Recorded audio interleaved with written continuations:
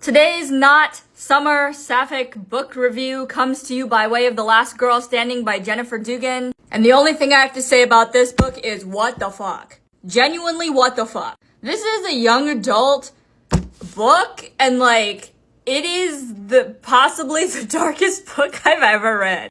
And I'm including that in the organ harvesting book as well that I just read a few weeks ago. Spoilers abound because I feel like we need to discuss this ending. As I said, cults. I have a fascination with reading about cults, okay? Let's just get that out the way. The cult was more of an idea here. It was less about a cult and more of the idea of a cult. I mean, the entire book took place basically in the narrator's head, which I genuinely thought was going to be at the end, oh, it was all a dream. No, at the freaking end, you find out that the main character of the book, is the one in the cult, and then she kills her girlfriend.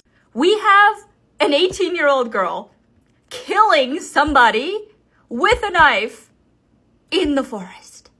I genuinely was not prepared for that. I thought that this book, most of this book was as the title suggests, The Final Girls by Riley Sager, which I also did not like. To be fair, I gave this book a 2. Not because the ending was bad. The ending was so shocking, I almost wanted to bump it up to a 3, but that doesn't take into account the rest of the book and getting to the end, because it was so slow at the beginning, and then you kind of start to realize that there's something off about the main character in the middle of the book, and then in the last chapter everything goes to shit.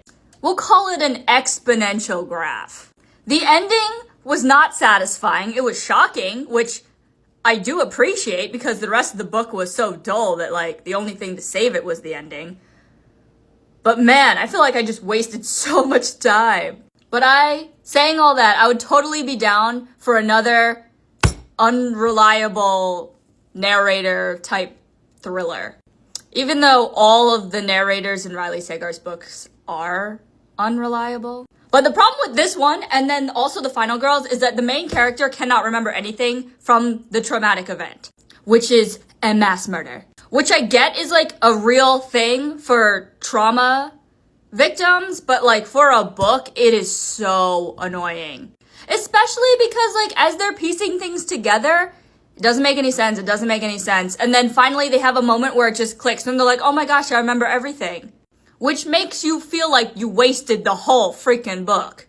But anyway, I need to get over this one. I think we're gonna go back to the last book by Taylor Jenkins Reid that I have next.